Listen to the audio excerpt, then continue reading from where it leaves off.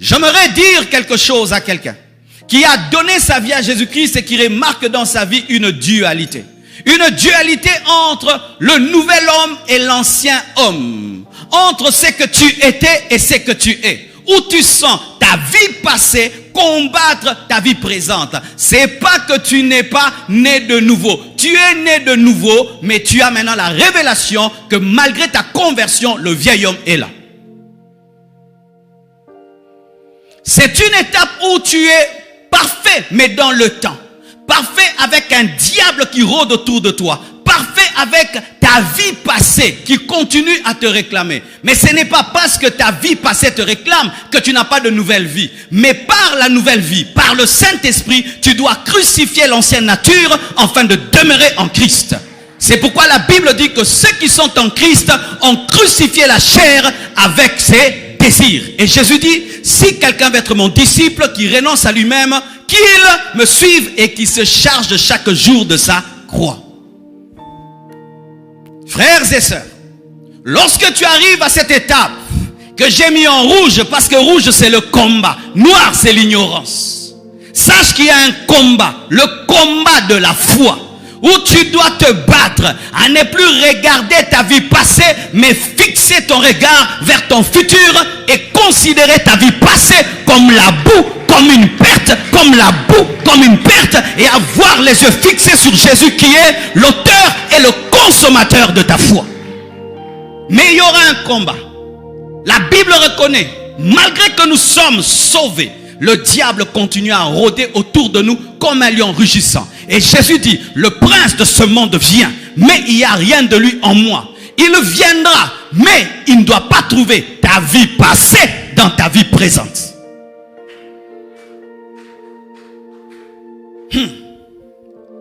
Écoutez ceci, mes frères.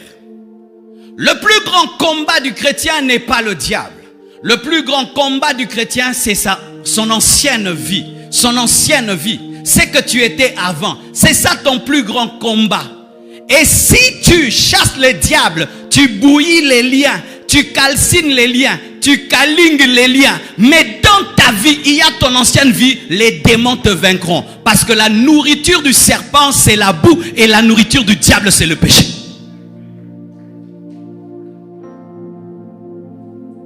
Dans le passé, le diable était en toi. Dans le passé, tu vivais comme un homme animal. Dans le présent, tu reçois une nouvelle nature par la nouvelle naissance, comme Jésus a dit, que personne ne peut entrer dans le royaume s'il ne naît de nouveau. Tu as une nouvelle nature, mais cette nouvelle nature dans le présent est combattue par le diable qui rôde autour de toi et par ton ancienne nature. Mais tu es sauvé, tu es parfait. Quelle perfection? La perfection par la foi. Par la perfection de Jésus qui t'est donnée, car le parfait te couvre de sa perfection pour que tu sois parfait, afin que tu sois parfait. Et voilà, mes frères et sœurs, lorsque tu deviens chrétien et tu arrives à cette étape-ci, ne rentre jamais dans ton ancienne vie, car les démons qui étaient en toi dans les temps des ténèbres reviendront fois 7 et fois 7. Tu commettras des péchés que tu n'as jamais commis, et si tu commets les péchés que tu as commis, tu les commettras avec une plus grande intensité, car le démon qui viendra sera un démon fortifié et accompagné. Après l'étape 2, il y a l'étape 3, troisième temps spirituel. Comment on entre dans le troisième temps spirituel? On entre premièrement en mourant. Dites en mourant. Dites en mourant. Oui, en mourant. La Bible nous dit que les morts en Christ ressusciteront premièrement. Frères et sœurs, pour nous les hommes, lorsque quelqu'un meurt, c'est grave. Mais pour Dieu, quand quelqu'un meurt en Christ, c'est une grande victoire. Sachez ceci, que le diable dans les deuils des personnes qui meurent en Christ pleure aussi. Dans les deuils des hommes qui meurent en Christ, il n'y a pas que toi qui pleures. Même Satan pleure parce qu'il a raté quelqu'un. Et sachez qu'il y a des gens, Satan aimerait qu'ils vivent et il regrette qu'ils soient morts. Parce qu'il sait que s'il continue à vivre, il va abandonner. Mais comme il est mort en Christ, il a raté. La Bible nous le dit. Il y a un homme, le roi Ézéchias. Dieu lui dit, tu dois mourir. Il intercède, il pleure. Dieu lui ajoute 15 ans. Et vous allez remarquer, dans les 15 années que Dieu lui a données, il a péché, il a abandonné. Il fallait qu'il meure 15 ans avant. La mort, mes frères, nous permet d'entrer dans le troisième temps, qui est le temps du parfait. Là, tu es un imparfait parfait, mais ici, tu es un parfait parfait. Pourquoi? Tu n'as plus le vieil homme et il n'y a plus de diable qui rôde autour de toi. Comment encore on entre dans ce temps? On entre par l'enlèvement. Par l'enlèvement. C'est lorsque tu as cru en Jésus et tu es demeuré en Jésus, et Jésus, le jour où il vient comme un voleur, il te trouve debout en train de l'attendre. Directement, le corps corruptible révèle l'incorruptibilité et tu entres dans le ciel pour les noces de l'agneau. Là, il n'y a pas de diable dans les noces de l'agneau et il n'y a pas la chair dans le corps nouveau. Amen. Mais est-ce que je peux ajouter encore? Comment on entre ici? On entre ici lorsqu'on a raté l'enlèvement, mais on refuse la marque de la bête. Les prédicateurs des temps de la fin ne doivent pas seulement préparer les gens à être enlevés, ils doivent aussi les préparer à ne pas prendre la marque de la bête. Car vu le niveau spirituel des églises, le 3/4 des églises va rater l'enlèvement. Je vous dis la vérité. Si votre standard spirituel, c'est ce standard spirituel de prier beaucoup et de pécher beaucoup, alors nous les pasteurs, on doit aussi vous préparer à la deuxième session. Parce que quand tu es un professeur, tu sens que tes étudiants sont des négligents, tu dois les préparer à la deuxième session. Et vous qui allez rester, voici ce que vous allez faire. Deuxième session.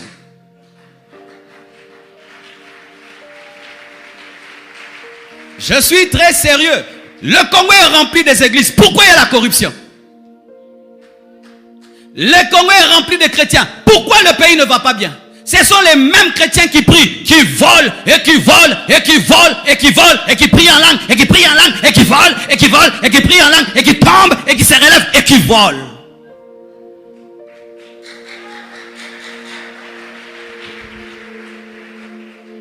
Si notre spiritualité était réelle, ce pays allait déjà changer. Ce pays ne change pas parce qu'il révèle la bassesse de notre christianisme, donc nous allons rater l'enlèvement. Et comme c'est cela, nous devons vous préparer à résister devant la marque de la bête qui est en train d'arriver. Comment on entre dans ce temps? C'est que lorsque l'église est enlevée, voici ce qui va se passer au ciel, c'est que les enlevés passeront par ce qu'on appelle le tribunal de Christ. Le tribunal de Christ n'est pas un tribunal de jugement, c'est un tribunal de récompense. Chacun de nous, selon ce qu'il a fait pour Dieu, sera récompensé. Même un verre d'eau sera récompensé. Vous savez ça? Même un verre d'eau, même un $10, un $1 donné à un pauvre sera récompensé. Oh, acclamons la fidélité de Dieu. Si même quand tu étais enfant, tu avais 12 ans, tu as fait quelque chose pour la gloire de Dieu, Dieu va te récompenser pour ce que tu as oublié, parce que lui n'oublie jamais, il a un livre de souvenirs. Il a un livre de souvenirs. Faites-le bien, faites-le bien, faites-le bien, faites-le bien. Même si les hommes ne disent pas merci, même s'ils sont ingrats, faites-le bien. Le tribunal de Christ n'est pas le tribunal de jugement. Pourquoi? Parce que celui qui est en Christ ne peut plus être condamné. Il n'y a plus de condamnation pour ceux qui sont en Jésus-Christ. Précision, qui marchent selon l'esprit. Qui marchent selon l'esprit. Ceux qui seront enlevés, ce sont ceux qui marchent selon l'esprit, qui dorment en esprit, parce que l'enlèvement aura aussi lieu pendant que certains dormiront à cause du décalage horaire. Alléluia. Alors mes frères, certains vont entrer par la mort en Christ, d'autres par l'enlèvement, mais d'autres, parce que lorsque nous serons enlevés sur la terre, il y aura la tribulation. La tribulation est une période divisée en deux. 3 ans et demi où 2 serviteurs de Dieu vont servir Dieu dans une puissance, dans une onction semblable à celle de Moïse et celle d'Élie. Et 3 ans et demi, la manifestation du fils du diable. Le diable, c'est vraiment un copiste. Vous savez, l'antichrist aura la plénitude de Satan parce que Satan aime imiter Dieu. De la même manière que Jésus-Christ aura la plénitude de Dieu, Satan aussi va donner sa plénitude à l'Antichrist. Et l'Antichrist, mes frères, doit paraître sur la terre. Pourquoi? Parce que Satan a vu Dieu envoyer son fils dans la chair. Lui aussi voudra avoir une chair qui le représente. De la même manière que Dieu a envoyé son fils en chair, le diable voudra aussi avoir un fils en chair. Mais lui, comme il est incapable de faire le miracle d'une vierge qui enfante, il va récupérer un homme sur la terre. Mais il va totalement le posséder. Et sur la terre va se manifester un homme qui sera le plus grand sorcier, le plus grand magicien, le plus grand occultiste. On l'appelle l'homme du péché. On l'appelle l'abomination de la désolation. Et lorsque cet homme paraîtra, il viendra avec un système économique et politique qui va réclamer que les hommes, pour manger, boire, se promener, se déplacer, puissent avoir sa marque. Il y a un temps, lorsqu'on prêchait ces choses, vraiment, on prêchait seulement parce qu'il faut croire la Bible. Mais aujourd'hui, en voyant où va le monde, frère, nous avons des preuves scientifiques et technologiques que la marque de la bête est en train de venir. Et je vous dis, les hommes prendront la marque de la bête. Vous savez, quand tu lis l'Apocalypse, tu te dis, mais comment les hommes peuvent prendre la marque du diable et adorer le diable? La Bible nous dit que Dieu frappera les hommes qui ont pris la marque de la bête et les hommes vont maudire Dieu. Comment ça? Aujourd'hui, je vois que vraiment cela est possible. Regardez comme avec ce vaccin. Je ne dis pas que le vaccin c'est la marque de la bête. Mais comment nous réagissons par rapport au vaccin? Même si tu ne comprends pas ce qu'il y a dedans, tu prends seulement pour voyager. Tu vois? Même si tu ne comprends pas ce qu'il y a dedans, si ça va te tuer ou pas te tuer. Mais tu prends seulement pourquoi? Qu'on ne te dérange pas au travail, qu'on ne te dérange pas, qu'on ne te dérange pas. Rien que pour des voyages, rien que pour un petit boulot, nous prenons des choses sans comprendre. Et vous pensez lorsque ce sera une marque claire, sans laquelle tu ne voyages pas, tu n'étudies pas, tu n'investis pas, tu n'as pas le chauffage, tu n'as pas l'eau, tu n'as pas l'électricité, tu n'as pas de voiture, les enfants ne vont pas à l'école, on ne te soigne pas, tu prendras. Frères, sœurs, la manière dont les hommes aujourd'hui sont en train d'obéir aveuglement certaines choses est en train de révéler que lorsque le fils du diable viendra, ils prendront. Pourquoi? Pour manger et pour boire. Et lorsque cette marque arrivera, il y aura un tel contrôle mondial par l'internet, par le téléphone, par les satellites, que personne ne pourra échapper au contrôle de l'Antichrist. On saura si toi tu as la marque et si tu n'as pas. Personne ne pourra frauder. Personne ne pourra frauder. Ce sera un arrêt de mort que de refuser de prendre la marque. C'est pourquoi je dis, si en ces temps-ci où nous sommes dans cette grande facilité de servir Dieu et d'aimer Dieu, il y a des gens qui abandonnent Dieu, qui se livrent à la compromission. Tu penses que tu pourras tenir devant un tel système mauvais et parfait dans le contrôle. Mais la Bible nous révèle qu'il y a des hommes qui arriveront. Ils arriveront à dire non à l'Antichrist. Et la Bible bizarrement nous parle des Juifs. Israël connaîtra un réveil. Pourquoi? Parce que Dieu se souvient de la promesse qu'il a faite à Abraham. Et la Bible nous dit que les Juifs vont s'opposer à l'Antichrist. Pourquoi? Parce que l'Antichrist va se déclarer Dieu et eux savent qu'un homme ne peut se déclarer Dieu. Ils vont être les évangélistes de la tribulation et des hommes aussi qui ont raté l'enlèvement. Certains connaîtront un réveil. Qui connaîtront un réveil? Pas quelqu'un qui dit, oh moi je rate l'enlèvement et puis quand la tribulation vient, je vais tenir 7 ans. Et puis une telle personne qui a déjà ce mauvais cœur prendra la marque de la bête. Ce sont des personnes sincères, des personnes qui ne comprenaient pas, des personnes qui ne comprenaient pas, qui au-dedans d'elles avaient la sincérité que Dieu pourra sauver et ouvrir les yeux. Pas des gens qui ratent l'enlèvement en co. On ne se moque pas de Dieu, mes frères. C'est qu'un homme aura sémé, il le moissonnera. Quelqu'un comme toi qui écoute la parole clairement comme ça. Et puis tu dis, je vais rater l'enlèvement et je vais tenir. Tu ne tiendras pas. Fais tout pour être enlevé maintenant.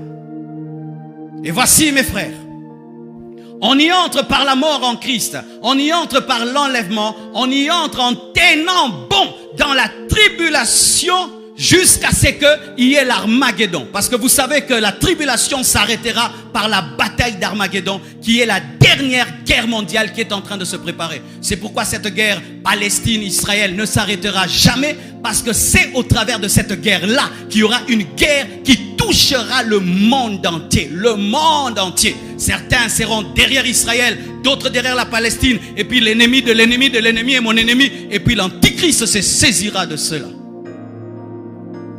Et dans cette guerre de l'Armageddon, toutes les nations de la terre qui étaient sous l'emprise de l'Antichrist vont converger vers Israël dans la plaine qu'on appelle Megiddo. C'est pourquoi on appelle ça la bataille de l'Armageddon. Et ils vont presser Israël à un niveau. Israël, malgré toute sa grande puissance, parce que l'armée juive aujourd'hui, c'est, je crois, la deuxième ou la première ou la troisième armée du monde, mais elle ne tiendra pas. La Bible nous dit que la moitié des Juifs seront tués. La moitié des Juifs seront tués dans cette guerre. Et alors ils vont crier vers Jésus.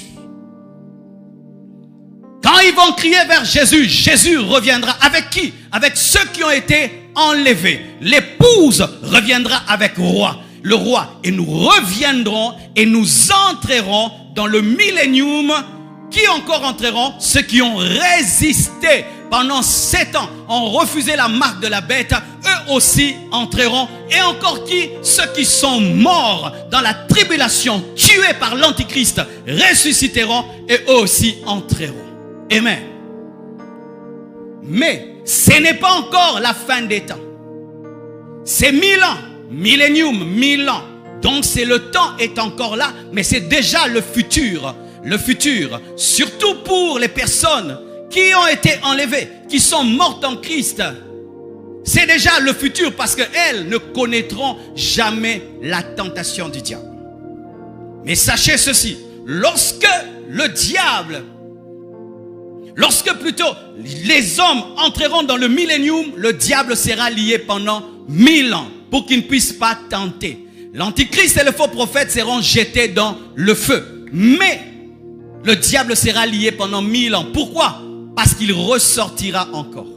Pourquoi le diable ressortira après 1000 ans? Pourquoi? Parce qu'il y a une catégorie d'hommes qui doivent être éprouvés avant d'entrer au ciel. Parce que tu ne peux pas entrer au ciel sans le vouloir. Aller au ciel est une volonté. Et qui risqueront d'entrer au ciel sans le vouloir? Ce sont les enfants qui naîtront dans le millénium. Mes frères, malgré qu'il y aura le millénium, il y aura des hommes et des femmes. Les personnes qui seront trouvées vivantes le jour de l'Armageddon, elles ne vont pas mourir. Lorsqu'il y aura la fin de la guerre et qu'il y aura le règne de 1000 ans, ces personnes vont entrer avec leurs femmes s'ils étaient mariés. Le 2, ils ont cru, ils ont refusé la marque de la bête. Le 2, ils vont entrer. Ça t'étonne? Mais la Bible nous dit que dans le millénium, il y aura même des gens qui refuseront d'aller adorer à Jérusalem et la pluie leur sera interdite. Le millénium n'est pas la perfection. C'est un temps où Jésus est en train seulement de donner un cours de politique aux politiciens afin de leur montrer comment on gère dans la justice et dans la paix le monde. Et la Bible nous dit que celui qui mourra à 300 ans, on dira qu'il est mort jeune, mais il y aura la mort. Dans le millénium, il y aura la mort. Le millénium n'est pas la perfection. Si vous êtes étonné que je dise qu'il y aurait des enfants qui naîtront, le millénium, ce n'est pas la nouvelle Jérusalem céleste. C'est un règne physique de Jésus sur la terre avec des imperfections, même si le diable sera lié. Amen. On est ensemble? Balance la main si tu n'es pas perdu. Réécoute la vidéo, ok? Alors voici, mes frères et sœurs, après 1000 ans, la Bible nous dit le diable sera délié. Et qu'est-ce qu'il va faire? Il va faire ce qu'il fait toujours. Satan a bon à rater. 1000 ans enchaînés, il pouvait en sortir repenti, humble. Non, il sort 100% Satan. Et il va directement. Tu t'imagines, on le sort d'une prison. Au lieu même qu'il se repose même un jour. Non, directement. Et il va rassembler les nations dans une bataille de Gog et de Magog. Et la Bible dit, il va séduire beaucoup de gens. Qui? Ce seront les enfants qui sont nés dans le millénium, certains, pas tous, certains, qui ont subi le règne de Jésus. Ils sont nés là, ils l'ont trouvé, pour eux c'est normal. Ils n'ont jamais connu notre temps. Ils n'ont jamais connu c'est quoi l'enlèvement. Ils n'ont jamais connu c'est quoi la tribulation. Ils n'ont jamais connu l'antichrist. Ils n'ont jamais connu cela. Et 1000 ans c'est beaucoup. Et ont été là. Et quand Satan va amener quelque chose de nouveau, ils vont croire. Et c'est alors qu'il y aura maintenant le jugement dernier. Certains maintenant, tous ceux qui n'ont pas eu leur nom inscrits dans le livre de vie et de l'agneau seront jetés en enfer, parce que pour l'instant, personne n'est en enfer. Les personnes qui meurent sans Christ sont dans un mauvais séjour de mort qui est déjà le couloir de l'enfer, mais ce sera en ce moment-là que l'enfer sera ouverte. Et maintenant, il y a ce qu'on appelle la nouvelle Jérusalem céleste, les nouveaux cieux et la nouvelle terre. J'aimerais vous donner une précision. Souvent, on dit que la nouvelle Jérusalem céleste, les nouveaux cieux, la nouvelle terre. C'est souvent une confusion qu'on fait. Sachez que bibliquement, il y a d'un côté la nouvelle Jérusalem céleste et d'un autre côté les nouveaux cieux et la nouvelle terre. Je sens qu'on doit lire ça, n'est-ce pas? Prenez un verset.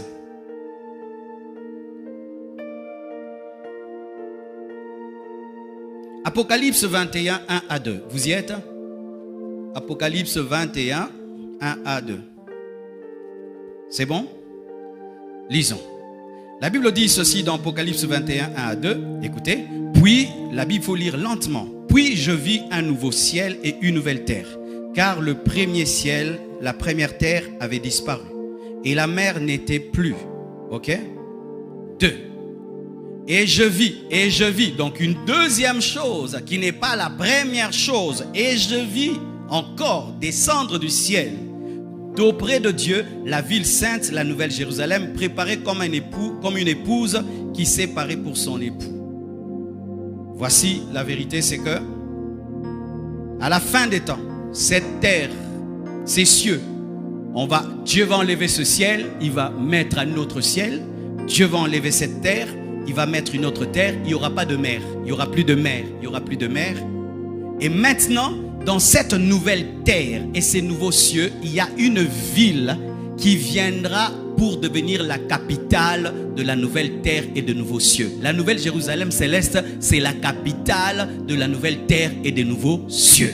Et la nouvelle Jérusalem représente l'église. Alléluia. Représente l'épouse, parce que quand vous lisez la Bible, c'est une ville carrée. Le carré représente la perfection, parce que 4 côtés, 4 le carré.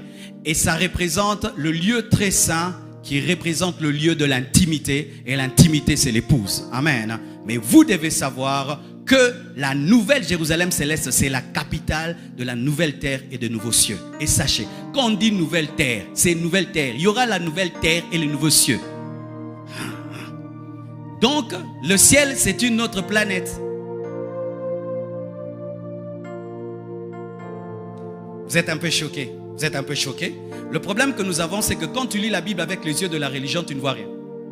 La Bible dit qu'il y a des nouveaux cieux et une nouvelle terre. Dites nouvelle terre.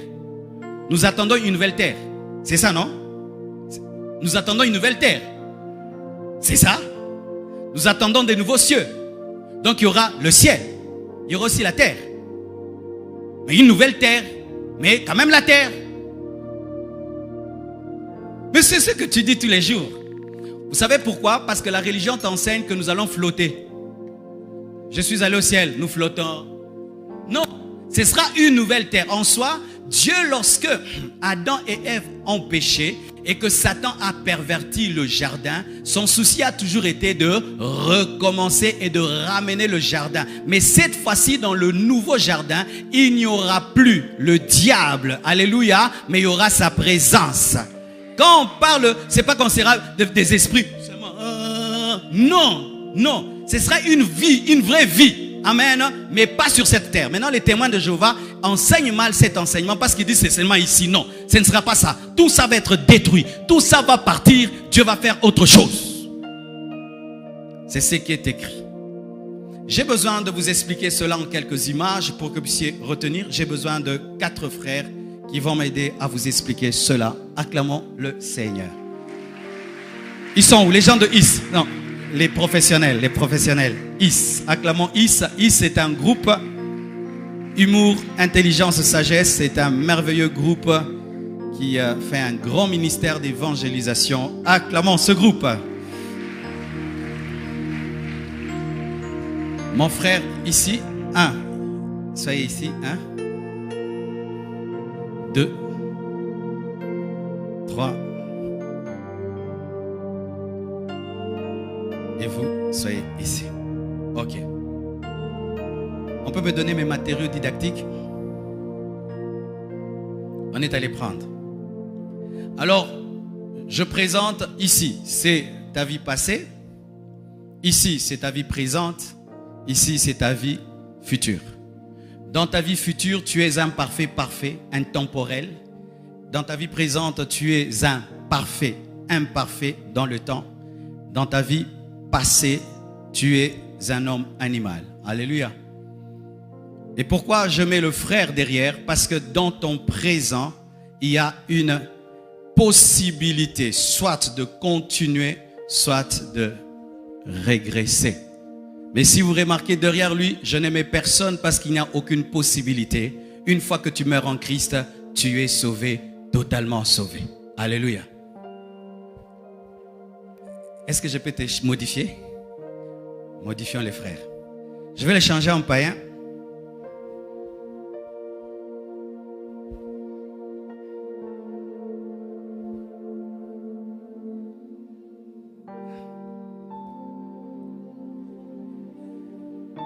Frère Wazalaka. Hein?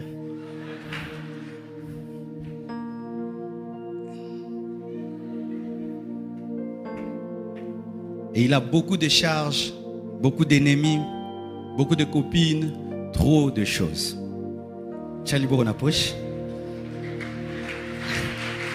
Zoomez-le. L'habit change quelqu'un. Hein?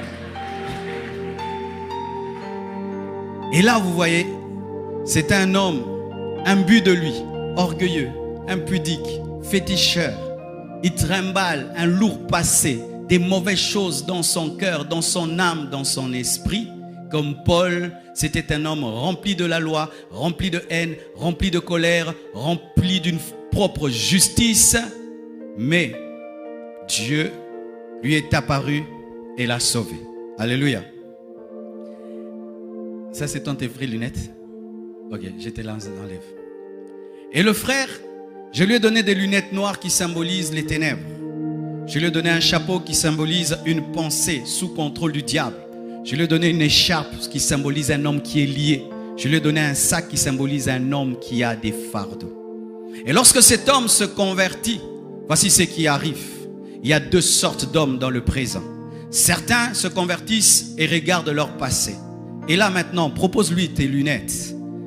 Et quand tu regardes ton passé, qu'est-ce qui se passe? La tentation devient forte. Et il y a beaucoup de chrétiens, ils se sont convertis et n'ont jamais donné le dos à leur passé. Et continuent à regarder leur passé. Et leur passé leur propose. Pourquoi? Le vieil homme est toujours en toi.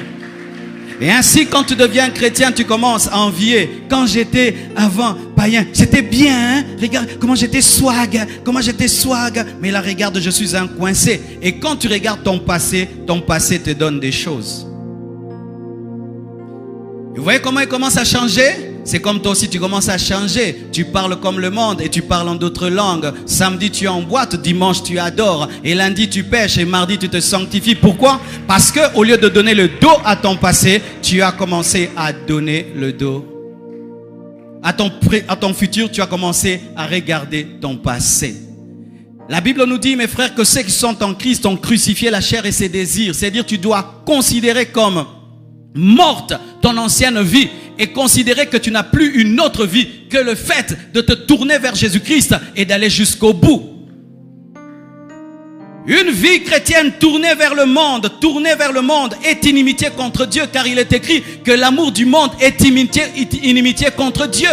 Ton problème, c'est quoi? C'est que tu es né de nouveau, mais tu ne nourris pas ta nouvelle nature. Et comme tu ne nourris pas ta nouvelle nature, qu'est-ce qui va t'arriver? Tu vas rentrer dans le monde. Et voici maintenant, comme tu es rentré dans le monde a une colère contre toi. Tu vas voir ce que le monde va te faire. Il va te changer en fou.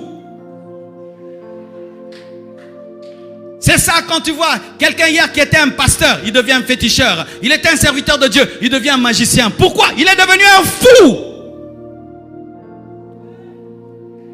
Donne-moi l'amen.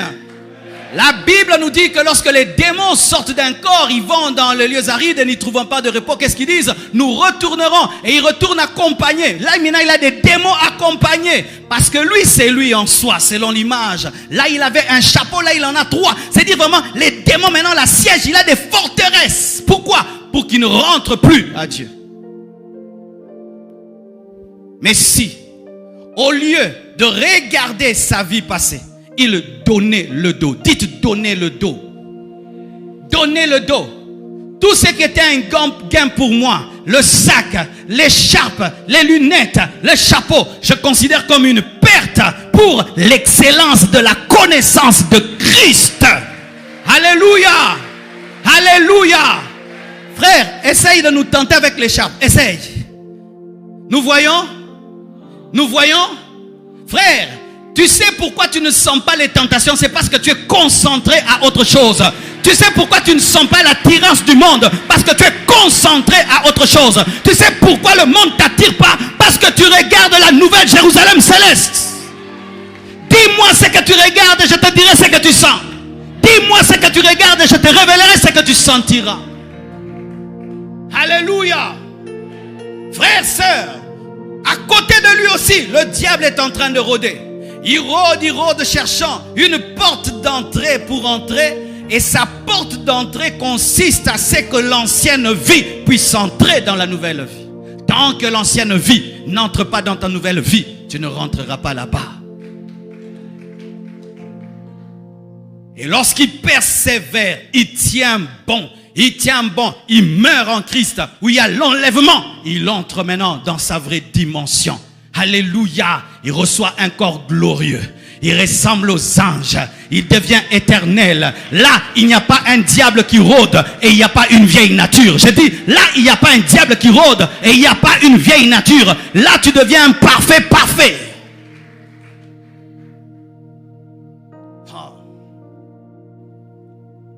La Bible dit ceci, que personne ne peut entrer dans le royaume de cieux sans naître de nouveau. Et la Bible dit que tous ceux qui n'entreront pas dans le ciel connaîtront la seconde mort. Écoutez ce principe. Si tu veux vivre, tu ne veux pas mourir 2 fois, tu dois naître 2 fois. Et si tu refuses de naître 2 fois, tu mourras 2 fois. Nous naissons physiquement de papa et de maman, hommes, animaux. Et nous naissons spirituellement par la parole et le Saint-Esprit. Lorsque je nais physiquement et je nais spirituellement, je finis au ciel et je ne meurs qu'une seule fois. Mais si je refuse de naître 2 fois et je n'ai qu'une seule naissance, le païen finit en enfer, comme ça. Et le chrétien qui est devenu charnel, frère, l'enfer c'est pas là, il faut descendre vraiment, frère.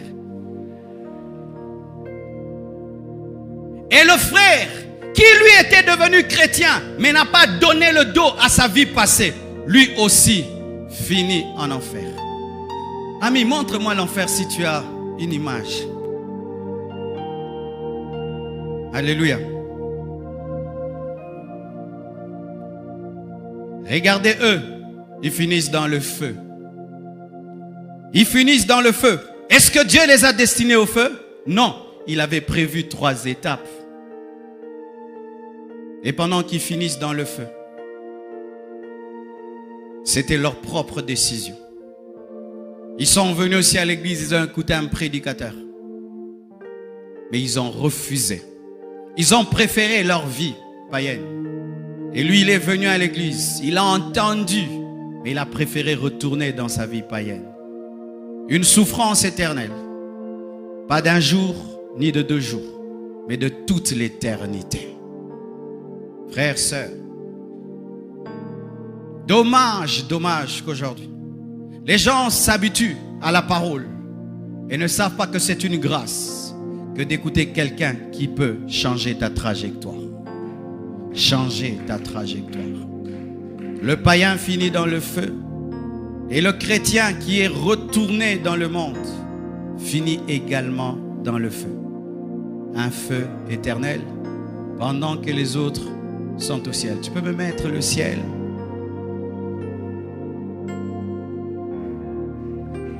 Alléluia.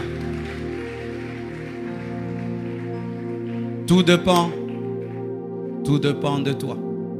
C'est à vous de choisir, mes frères. Mais ce matin, je n'ai utilisé que des photos. Mais ce jour-là, il n'y aura pas de photos. Ce sera la réalité, mes frères. Ce matin, j'ai utilisé de la technologie. Ce jour-là, il n'y aura pas la technologie. Ce sera la réalité. Et vous savez une chose qui sera amplifiée dans l'éternité? La conscience. La conscience dans l'éternité est amplifiée. Vous savez, souvent nous pensons que dans les gens en enfer, il faut lui dire, tu avais fait ceci. Non, eux-mêmes crient, je suis en enfer parce que j'ai fait ceci. J'ai refusé Dieu toute ma vie. Vous voyez comment Ésaïe a crié lui-même. Je suis un homme aux lèvres impures. Ce n'était pas l'enfer, hein? C'était seulement la présence de Dieu. Les gens en enfer crieront, j'ai été voleur, j'ai été ceci, j'ai jamais cru, j'ai combattu Dieu, c'est ma faute, Dieu, tu as raison de me mettre là, tu m'as offert ton fils gratuitement, mais j'ai refusé, j'allais à l'église pour jouer, c'est ce qui va arriver. Et pendant que tu es là, tu as raté ça gratuitement. Jésus ne te demande même pas $10 pour te sauver. Il ne te demande même pas $1 pour être sauvé. Même les démons pourront poser des questions aux hommes. Comment vous vous retrouvez ici? Nous, on a péché, on n'a pas eu un sauveur. Mais vous, vous avez eu un sauveur. Comment vous êtes au même endroit que nous, qui n'avons pas eu de sauveur? La rédemption des anges n'existe pas. Mais comme un homme qui a eu un rédempteur finit au même endroit que celui qui n'en a pas eu. Comment nous pouvons finir au même endroit que les démons qui n'ont pas eu un sauveur, qui eux, lorsqu'ils ont péché, ils ont été automatiquement condamnés. Mais nous, malgré le péché, le Fils de Dieu est mort. Le Saint-Esprit agit. Des prédicateurs prêchent et prêchent et prêchent aujourd'hui. Qu'est-ce qu'on ne nous prêche pas? Tu vas sur Internet, on te prêche. WhatsApp, on te prêche. Tu vas même blaguer sur TikTok, tu trouves la prédication. Tu vas sur Instagram, tu trouves la prédication. Tu vas sur Twitter, tu trouves la prédication. Facebook, la radio, la télévision, les panneaux, partout. Il y a même des coins de rue. Les gens balancent seulement des prédications. Que diras-tu au dernier jour? On t'a pas prêché? On t'a pas exhorté? Que tu n'avais pas compris? Tu n'as aucune raison. Aucune raison. Aucune raison.